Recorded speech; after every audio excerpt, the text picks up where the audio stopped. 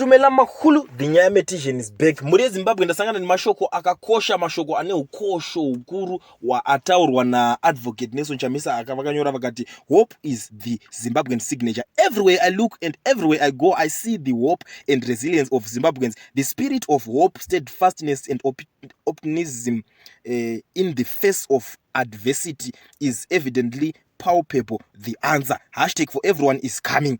Hashtag God is in it. One people.